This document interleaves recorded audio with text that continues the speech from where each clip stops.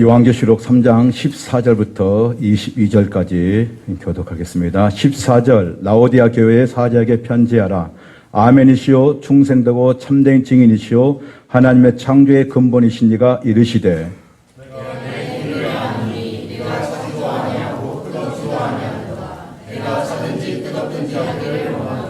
내가 이같이 미지근하여 뜨겁지도 아니하고 차지도 아니하니 내 입에서 너를 토하여 버리리라.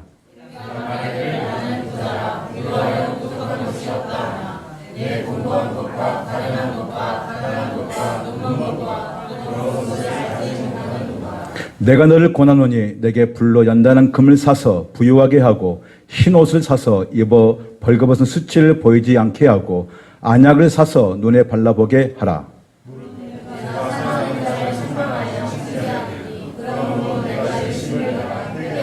볼지어다 내가 문 밖에 서서 두드리노니 누구든지 내 음성을 듣고 문을 열면 내가 그에게로 들어가 그와 더불어 먹고 그는 나와 더불어 먹으리라.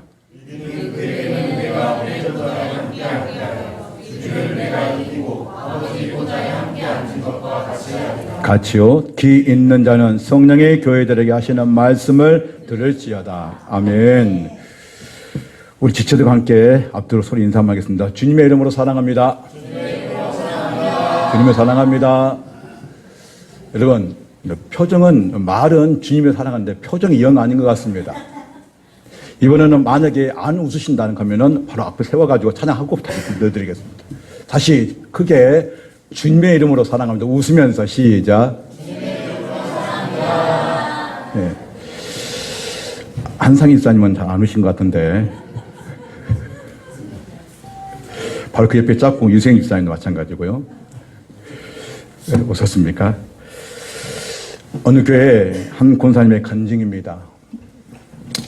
이 권사님께서 30년 동안 교회를 섬겼고 봉사도 열심히 했습니다.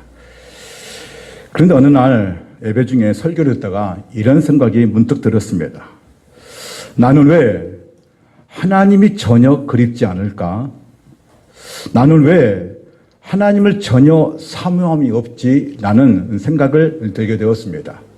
그러면서 자신의 찬양을 불러도 찬양을 들어도 눈물이 없고 기도를 해도 형식적이고 예배를 들어도 의무감이고 그다음에 예배에 감격이 없지 않은 그런 회의적 생각을 하게 되었습니다.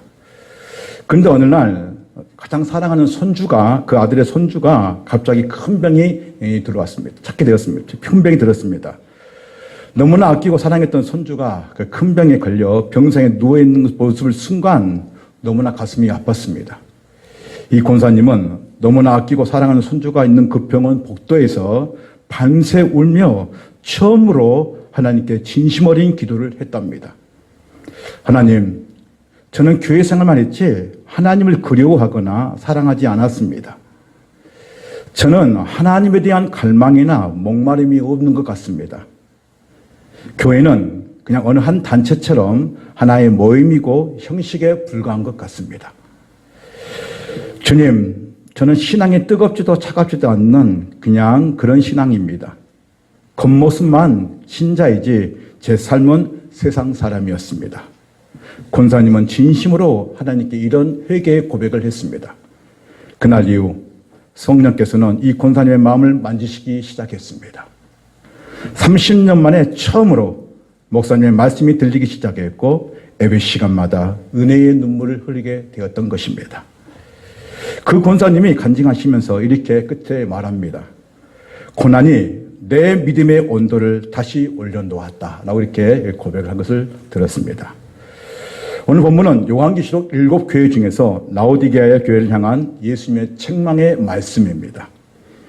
이 교회는 7교회 중에서 유일하게 칭찬이 없는 교회입니다. 책망만 있고 징기만 있게 하는 그런 교회를 예수님께서 이 라오디게아 교회를 향해서 말씀하고 있습니다. 그렇다면 이 라오디게아 교회의 도시, 교회 안에 있는 그 도시는 어떤 도시인가입니다. 이 라오디게아 도시는요, 상업과 행정의 중심의 도시였습니다. 로마 제국 시대에 라오디게아에는 상당히 번성해서 부자가 되었던 도시 중에 하나입니다. 그러니까 모든 도시가 다 부유합니다. 왜 부유하느냐? 그 도시는 의류와 카페트를 제조를 위한 섬유 산업과 금융과 의료 산업이 아주 발달되어 있습니다. 그래서 오늘 이 말씀도 보게 알겠지만 안약을 사서 눈에 발라보게 하라 해서 예수님께서 이 말씀을 인용하신 것은 그 라오디아의 도시가 아주 큰 병원이 있는데 그 병원이 뭐냐면 안약을 눈을 고치는 병원이 있습니다. 그래서 안약을 사서 뭐냐면 눈에 발라보라 할 정도로 그 도시는 굉장히 눈의 치료에 대해서는 아주 유명한 도시인 것입니다. 이 도시가 그러면 얼마나 큰 부자인가입니다. AD 60년경에 도시에 엄청난 큰 지진이 일어났습니다. 이 도시 지진이 일어났는데 그 주변에 있는 빌라델피아라든가 사대랑 이런 모든 도시는 로마로부터 도움을 받았습니다. 경제적인 도움을. 그 경제적 도움을 받아가지고 다시 도시를 건설했는데 이 라오디아 교회만큼은 도시만큼은 로마의 도움을 받지 아니하고 자체적으로 돈이 너무 많으니까 자체적으로 뭐냐면 그 도시를 다시 일으킨 도시가 바로 라오디아 도시입니다. 그런 도시 안에 부자인 도시 안에 이 교회가 있었습니다. 근데 그 교회 이름이 바로 뭐라고요? 라오디게아 교회입니다. 이 교회는 예수님께서 7교회 중에 가장 최악의 교회라고 말씀합니다. 예수님께서는 이 라오디게아 교회에서 가장 강력한 책망을 하시는데 너희들은 미지근한 신앙을 가지고 있다는 것입니다. 라오디게아 교회 주민들의 종교생활은 그 지역의 토착 신들과 로마의 신들을 결합한 혼합주의에 빠져 있습니다. 토착 수호신이 맹카로인데 거기에 바로 로마에서 주동하고 있는 제우스 신과 함께 숭배를 하고 있었던 것입니다. 그래서 이 라오디게아 교회는 우상 숭배와 함께 황제 숭배가 너무나 강력한 교회이고 도시가 바로 라오디게아 교회 도시인 것입니다. 그런데 그런 도시 안에 교회가 세워졌던 것입니다. 그러면 여기서 우리가 알 수 있는 것은 라오디게아 교회의 그 특징입니다. 이렇게 부유하고 황제를 숭배하고 우상 숭배를 하고 있는 그 교회 안에 예수님께서는 이 라오디게아 교회의 특징에 대해서 말씀을 하고 있습니다.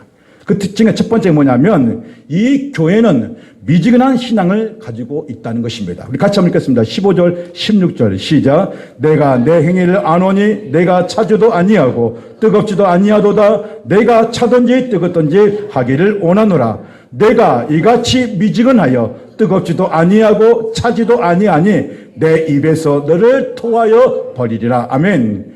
라오디게아 교회는 미지근한 신앙을 가진 교회였습니다. 그래서 내가 이같이 미지근하여 뜨겁지도 아니하고 차지도 아니하니 내 입에서 너를 토하여 버리겠다고 예수님께서 직접 말씀하고 계십니다.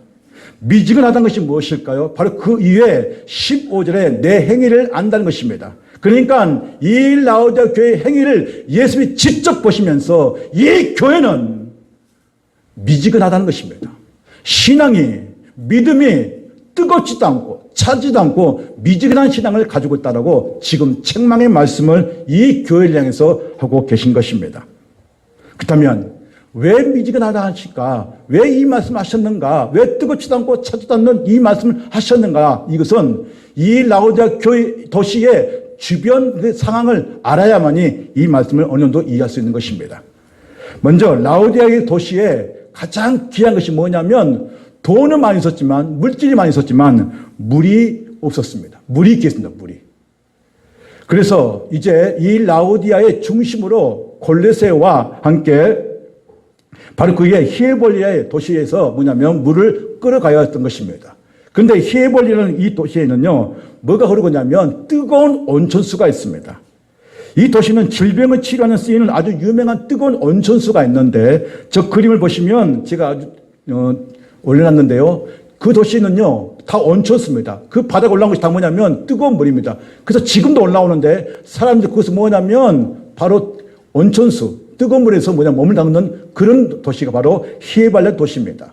그런데 이 도시에서 이제 라오디게아 도시까지 물을 뭐합니까? 수로를 통해서 물을 끌어와야 됩니다. 그런데 이 물이 섞였습니다. 그러니까 물을 정지하지 않으면 먹을 수 없는 그런 물입니다. 그런데 끌어오는데 약 10km 거리를 끌어오다 보니까 그 온천수가 뜨거운데 오면서 어떨까? 물이 식어진 것입니다. 또는 골레에서는요 산이 높기 때문에 아주 시원한 차가운 물이 뭐냐면 흘러옵니다. 그래서 그 섞여서 그 물과 그 차가운 물을 섞이다 보니까 어땠을까? 그래도 찬데 못 먹는 물인데 그나마 골려서 끓어오는 그 물을 통해서 뭐냐면 하나가 합쳐지기 때문에 이 라오디아의 모든 도시에 사람들이 물을 먹는 것이 어떻습니까? 바로 미지근한 물을 마실 수밖에 없는 그런 상황이 있었던 것입니다. 그래서 예수님께서는 바로 이 말씀에 은유적으로 표현하면서 이 도시, 교회 모든 성도들은 뜨겁지도 않고 차지도 않고 뭐라 했다고요? 미지근한 신앙을 가지고 있다고 말씀하고 있는 것입니다. 두 번째, 이 라오디아 교회의 특징이 무엇이냐? 이 교회의 특징이 뭐냐면 부자이고 부유하며 부족함이 없는 교회라고 예수님께서 말씀하고 있습니다. 같이 한번 읽겠습니다. 17절 시작. 내가 말하기를 나는 부자라 부유하여 부족함이 없다 하나 내 곤고한 것과 가련한 것과 가난한 것과 눈먼 것과 벌거벗은 것을 알지 못하는도다. 내가 너무 부유하기 때문에 내 주변에 있는 가난한 사람, 불쌍한 사람, 그리고 벌거벗은 사람을 내가 안다 모른다? 모른다는 것입니다. 요한계시록 7교회에서 부유한 것으로 책망받는 것은 라오디아 교회만 유일한 것입니다. 라오디아 교회 성도들이 부자인 이유가 있습니다. 그것은 당시에 경제 단위를 측정할 수 있는 협동조합이 있습니다. 협동조합. 근데 그 협동조합이 길드입니다. 뭐라고요? 길드. 그러니까 이 길드 조합을 들어가면 무조건 보장되는데 그게 뭐냐면 부자입니다.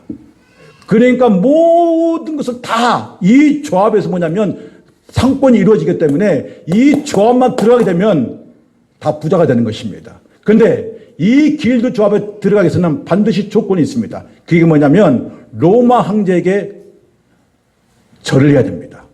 그리고 우상을 섬기는 조건이 돼야만이 이 길드 조합에 들어갈 수 있는 것입니다. 그렇다면 제가 질문합니다. 지금 이 라오디아 교회는 부자라고 했습니다. 부유하다고 했습니다. 만약에 길드 조합에 들어가지 않으면 절대로 부자가 될 수 없습니다. 그렇다면 이 라오디아 교회는 부자이고 부유하다 했습니다. 부족함이 없는 교회라고 말씀하고 있습니다. 그렇다면 이 교회 성도들은 어디에 들어갔을까요? 그렇죠. 길드라는 조합에 들어가지 않고는 부유할 수 없기 때문에 예수님께서는 이 성도를 향해서 책망의 말씀을 하고 있다는 것입니다.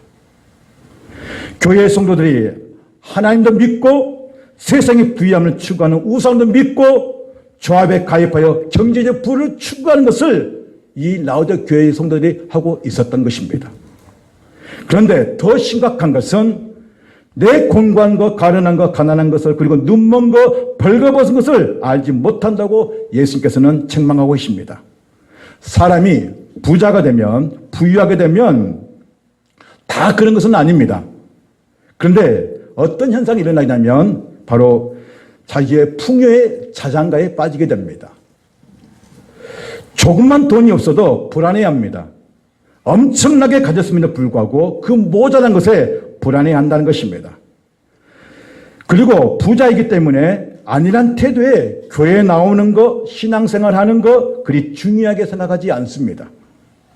나만 잘 살면 되고 남이야 어떻게 되든 상관이 없는 그 상태에 빠진 신앙생활을 할 수 있는 위험의 조건이 된다는 것입니다. 여러분 그거 아십니까? 하나님은 공평하신 하나님이신 것을 하나님께서는 완벽하게 모든 것을 사람들에게 다 주지 않았습니다. 어떤 분은 물질적인 부유함을 주셨지만 자녀들의 문제, 질병의 문제에 걸려 염려와 근심 속에 사는 분이 있습니다. 또 어떤 분은 물질적인 가난함을 가졌지만 경제적인 어려움에 있지만 대신 부모와 자녀들 간의 사랑의 깊은 가정이 있고요. 질병의 문제에 크게 걱정하지 않는 그런 가난한 가정도 많이 있다는 것입니다. 사람들이 물질적 경제적 풍요로움에 만족하게 살게 되면 반드시 찾아오는 것이 있는데 그것은 나태함과 게으름입니다. 그리고 신앙생활도 적당히 한다는 것입니다. 적당한 신앙생활을 하면서 자신의 타협점을 찾아가게 된 것입니다. 여러분, 여러분의 신앙은 미지근하십니까? 시편 41편 1절에 시편 기자가 이렇게 고백하고 있습니다. 같이 한번 읽겠습니다. 시작. 하나님이여 사슴의 시냇물을 찾기에 갈급함같이 내 영혼이 주를 찾기에 갈급하나이다. 신자가 미지근한 신앙의 나태함과 게으름과 적당히 믿는 이유는 하나님을 향한 목마름, 하나님을 향한 갈망이 없기 때문에 적당한 신앙생활, 영적인 게으름과 나태함에 빠질 수밖에 없다는 것입니다.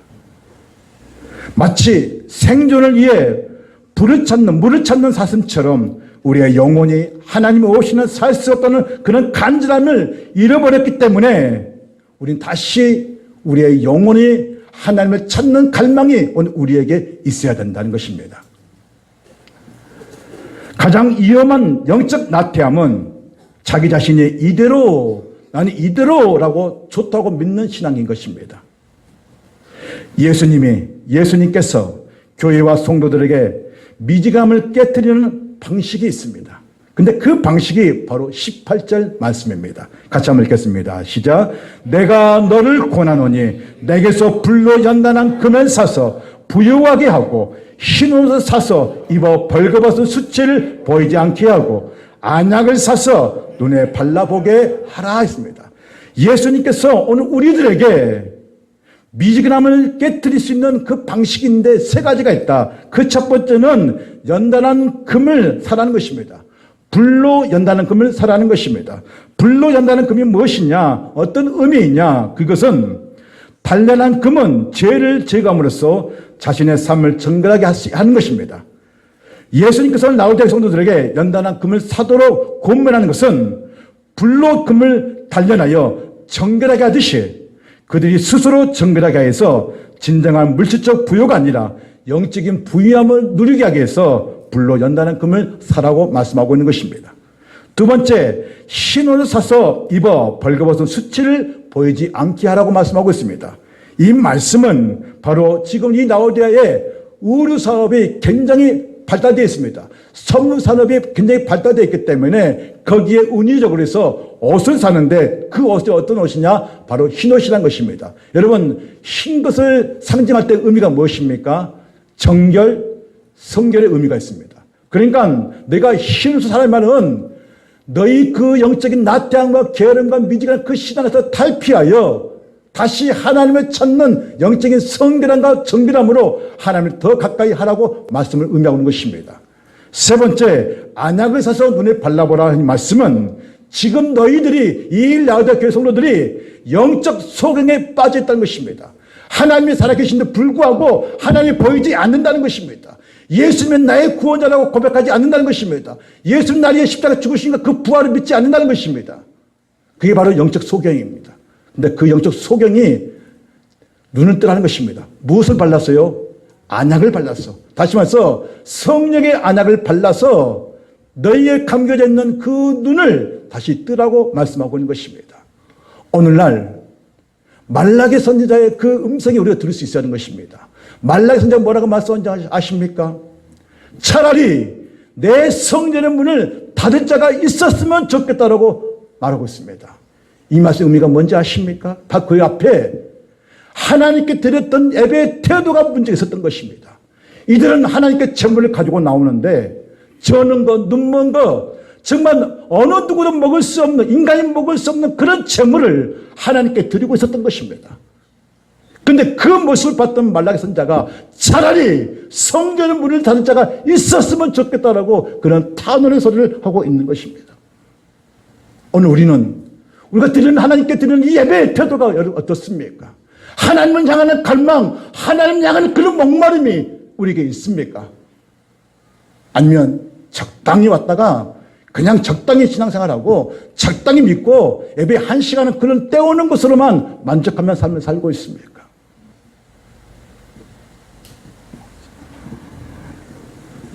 예수님께서는 오늘 우리에게 말씀하고 있습니다. 예수님께서 1차적으로 라오디게아 교회에 말씀하고 있고 오늘 우리들에게 말씀하고 있습니다. 그래서 무엇이냐? 미지근한 신앙에서 벗어나는 삶이 있다. 그 방법을 내가 가르쳐 줄 테니까 너는 오늘 이 말씀 듣고 깨달으라고 말씀하는 것입니다. 그렇다면 이 미지근한 신앙에서 깨어날 수 있는 방법이 무엇이냐? 그것은 바로 19절의 말씀을 하고 있는 것입니다. 같이 한번 읽겠습니다. 19절 시작.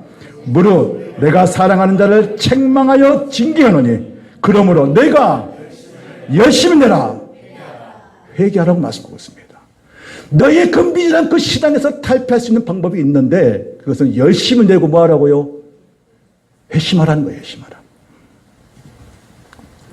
여기서 열심은 언어적 의미가 불타오르다 끓어 넘치다는 뜻입니다.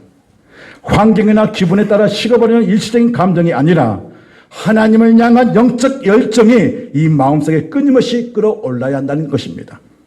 그래서 바울은 로마서 12장 11절에 부지런하여 게으르지 말고 열심을 품고 주를 섬기라고 말씀하고 있습니다.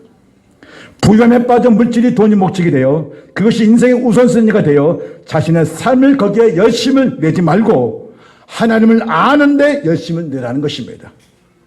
여러분은 이 땅에서만 사는 존재가 아닙니다. 여러분 이 땅에서 사는 존재가 아니고 또 다른 세상이 있다는 것을 여러분 믿으십니까?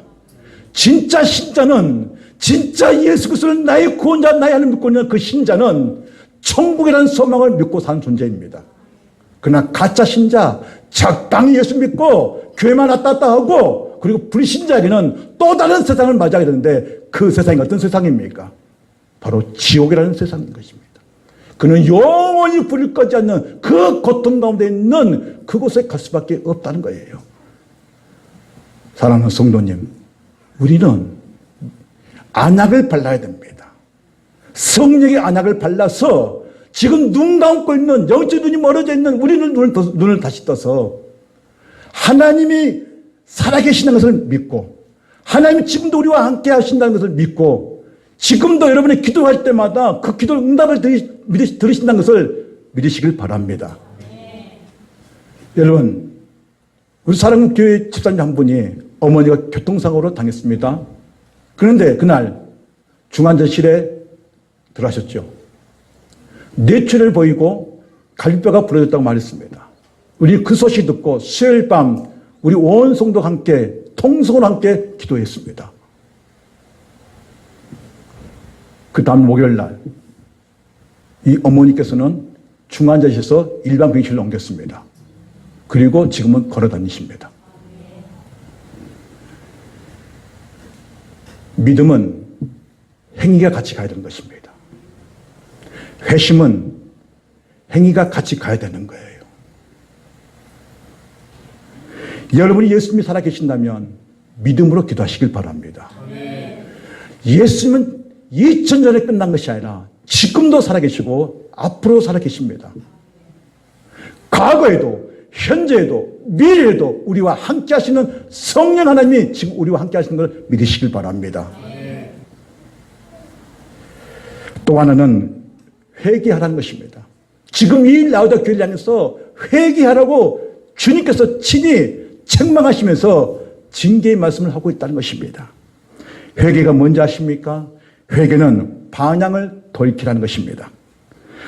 단순히 잘못을 뉘우치고 눈물을 쬐끔 흘리면서 죄송해요 거기서 멈춘 것이 아닙니다. 우리의 삶의 목적지와 중심이 세상에는 성공, 물질 만능주의, 세속주의, 안윤주의 등 세상의 관점에서 신앙사는 사람들에게 진심으로 회개하라는 것입니다. 회개는 행동이 뒤따르게 되는 것입니다. 실제적인 삶의 행동으로 드러나야 하는 것입니다. 믿음은 행위가 뒤따르듯이 회개 또한 삶의 행위에서 반드시 드러나야 하는 것입니다. 예수님께서 라우디아 교회를 보신 것처럼 오늘 우리의 교회와 우리 성도들을 친히 보고 계신다는 것을 믿으시길 바랍니다. 예수님께서 라우디아 교회에 여신과 회개에 말씀하신 이유는 신앙의 시작이 하나님을 믿고 아는데 열심으로 증명하는 것이고 철저한 회개인 반향을 돌이킬 때 그게 끝이 된다는 것입니다. 하나님께 마음이 합했던 왕이 있었습니다. 그 왕이 누굽니까? 다윗이었습니다. 그는 광야에서 하나님을 향하는 그 마음이 절대 떨어지지 않는 진짜 하나님을 기쁘시게 했던 왕이 바로 다윗이었습니다. 그가 이스라엘을 통치하고 이제 완전한 왕이 될 때에 그에게 찾아온 것이 뭐였냐면 미지근한 신앙이었습니다. 모든 것이 다 평안했습니다. 전쟁에 나갈 때마다 승리했습니다. 그래서 모든 나라들이 그 주변의 모든 국가들이 다윗에게 조공을 바칠 정도로 이 나라는 다윗은 안전한 나라가 되었던 것입니다. 그런데 그에게 찾아왔던 것이 뭐였습니까? 바로 나태함과 게으름과 안일함이었습니다. 어느 날 그가 옥상에 올라가서 보니 저 건너편에 밧세바라는 아주 아름다운 여인이 목에 가는 것을 보았습니다. 그리고 그를 불렀지요. 그리고 그가 동침했습니다. 그는 모든 것이 아무도 본 사람이 없기 때문에 끝난 줄 알았습니다. 그런데 나단 선지자가 그를 불렀습니다. 그리고 죄를 지적하지요. 여러분, 다윗은요, 자신의 죄를 지적할 때에 회피하지 않고 철저하게 하나님께 죄를 고백했습니다. 우리 같이 한 말씀 읽어보겠습니다. 사무엘하 1장 2절부터 시편 51편 같이 한 말씀을 읽도록 하겠습니다. 사무엘 12장 13절 시작. 다윗이 나단에게 이르되 내가 여호와께 죄를 범하였노라. 무릇 나는 내 죄가를 아오니 내 죄가 항상 내 앞에 있나이다. 하나님이여 내 속에 정한 마음을 창조하시고 내 안에 정직한 영을 새롭게 하소서. 나를 주 앞에서 쫓아내지 마시며 주의 성령을 내게서 거두지 마소서. 아멘. 다윗이 철저하게 회심하는데 자신 안에 있는 그 성령을 거둬가지 말라고 회심하고 있습니다. 그는 하나님께 철저하게 무릎을 꿇었던 왕이 바로 다윗 왕이었습니다. 또 한 사람의 인물이 있습니다. 그는 갈멜산에서 바알 선지자와 함께 싸웠던 위대한 선지자 중 한 사람입니다. 그가 누굽니까? 엘리야입니다. 엘리야 선지자는 전무후무한 정말 하나님이 일하는 데 있어서 가장 위대한 선지자 중 하나가 엘리야 선지자입니다. 그런데 그가 아합의 아내 이세벨의 말을 듣고 죽인다는 그 말의 두려움 때문에 그는 로뎀나무 아래서 죽기를 구하는 영적으로 미지근한 신앙의 상태에 빠지게 되었습니다. 하나님께서는 낙심하여 미지근한 신앙 상태에 빠져있는 엘리야에게 찾아오셔서 호렙산으로 인도하십니다. 엘리야가 다시 영적으로 열심을 다시 회복한 비결은 하나님의 세미한 음성을 들었다는 것입니다. 엘리야가 영적인 전투를 앞두고 가장 먼저 할 일이 무엇이냐? 그것은 무너진 여호와의 제단을 수축하는 것이었습니다. 같이 한번 읽겠습니다. 열왕기상 18장 30절 말씀입니다. 같이 읽겠습니다. 시작. 같이 읽겠습니다. 시작. 엘리야가 모든 백성을 향하여 이르되 내게로 가까이 오라. 백성이 다 그에게 가까이 가매 그가 무너진 여호와의 제단을 수축하되 있습니다. 무너진 제단을 다시 재건한다는 것입니다. 우리가 식어버린 신앙에 다시 열심히 되기 위해서는 내 삶의 무너진 영적 제단을 다시 회복하는 것입니다. 영적인 제단은 예배를 회복하고 말씀과 기도의 자리에, 삶의 예배의 자리에 다시 수축하는 것입니다. 다시 쌓아야 하는 것입니다. 여러분의 신앙이 지금도 하나님을 향한 갈망이 없고 미지근한 신앙이 여전하다면 회개해야 합니다. 여러분의 삶에 회심이 일어나야 한다는 것입니다. 주님, 내 기도의 자리가 무너지지 않았습니까? 주님, 예배의 초소가 무너지지 않았습니까? 주님, 내 마음을 하나님 향하는 갈망이 무너지지 않았습니까? 하는 그런 회심의 자리가 되어야 한다는 것입니다. 청교도 신학을 가졌던 우리 박순영 목사님이 있습니다. 그분이 진짜 회심했다는 것을 무엇으로 아는가라는 그 책이 있습니다. 제가 그 책을 읽을 때에 이런 내용이 있습니다. 회심의 본질이 무엇이냐? 그것은 자기라는 우상을 죽이라는 것입니다. 뭐라고요? 자기라는 우상을 죽이라는 거예요. 참된 회심은 가장 강력한 우상이 있는데 그것은 바로 자기 자신이라는 우상을 위한 것입니다. 자기 우상을 버리고 하나님께 돌아가는 것이 참된 회심이라고 말하고 있습니다. 타락한 인간은 본선적으로 자기가 모든 것의 결정권자가 됐습니다. 자기의 모든 것을 위해서는 자기가 결정한 것입니다. 회심은 자기 중심성의 왕자에 내려와 하나님을 대신해 마음을 쏟았던 모든 우상을 버리고 삶의 주권을 하나님께 양도하는 전 인격의 돌이킴이 바로 참된 회심이라는 것입니다. 그러면 그가 회심했다는 증거가 있어, 증거. 그 증거를 무엇으로 보면 알 수 있느냐? 그 신자에게 회심했다는 그 증거가 있는데 무엇으로 알 수 있느냐? 세 가지가 있다는 것입니다. 그 첫 번째는 회심의 증거, 그 첫 번째가 무엇으로 알 수 있느냐? 그 첫 번째는 영적 파산입니다. 자신의 영적 파산이 자신의 죄인됨을 고백한 것입니다. 근데 이 고백은 그냥 고백이 아니라 깊은 고백이 있어야 된다는 것입니다.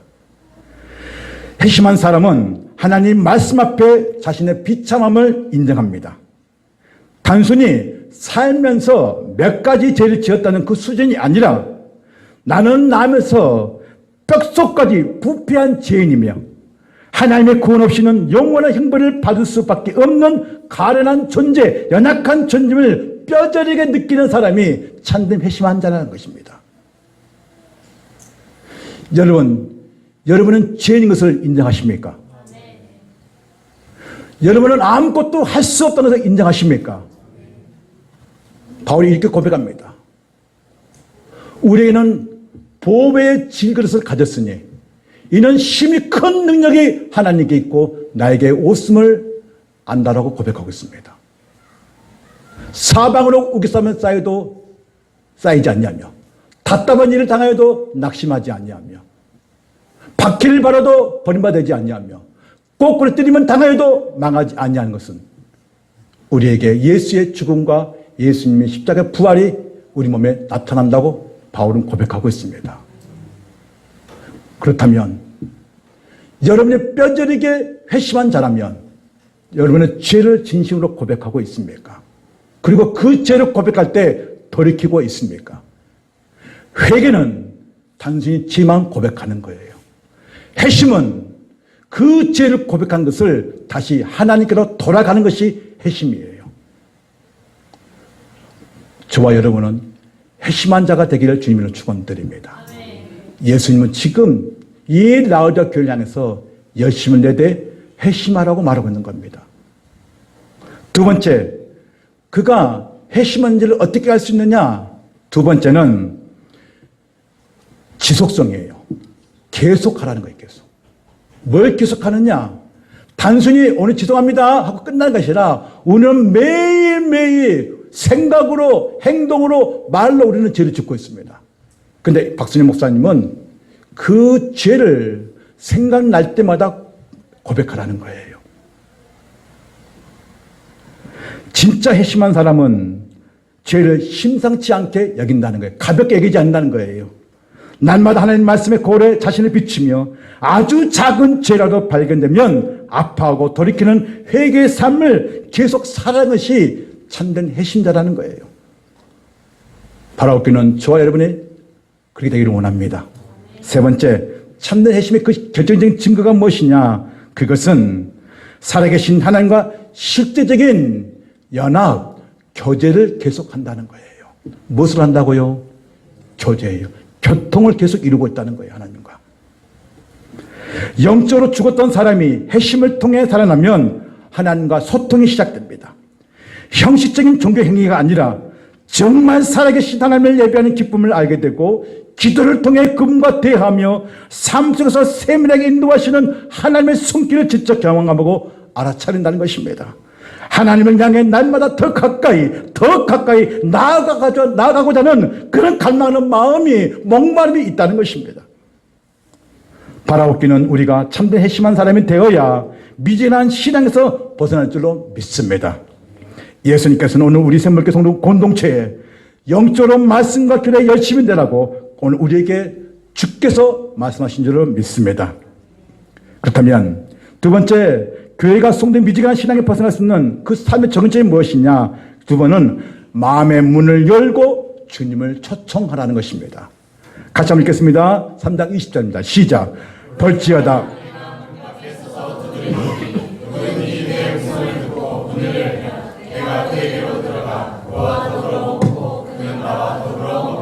아멘.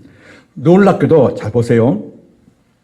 라오디아 교회 성도들에게 말씀하실 때 예수님은 지금 교회 안에가 있습니까? 교회 밖에 있습니까? 예? 교회 밖에 있어요. 지금 교회 밖에서 뭐예요?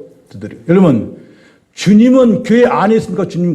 교회는 주님 안에 있습니까? 교회 밖에 있습니까? 안에 있는 거예요.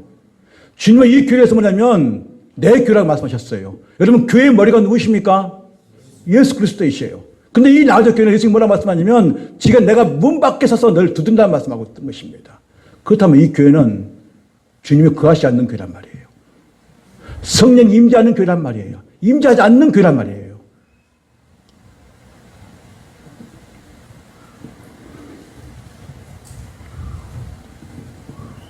예수님께서 계셔야 할 자리가 라오디게 교회는 없었습니다.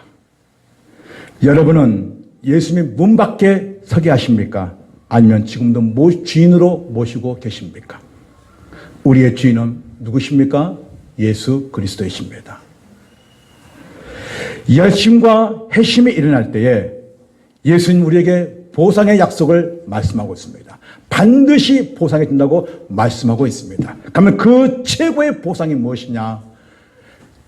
그것은 내 보좌에 함께 앉게 하겠다고 하신 약속입니다. 같이 한번 읽겠습니다. 3장 21절 시작.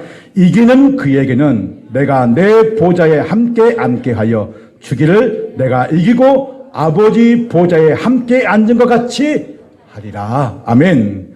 세상의 안락함에 취해 생긴 영적 게으름과 타협하는 마음을 이겨낸 사람, 그 이기는 사람에게 그에게는 주님께서 열심히 내고 회심한 성도들에게 최고의 보상을 약속하시는데 그 보상이 무엇이냐? 그것은 주님이 다스리시는 그 영광의 자리에 동반자로 함께 앉혀주시겠다고 약속하고 있다는 것입니다.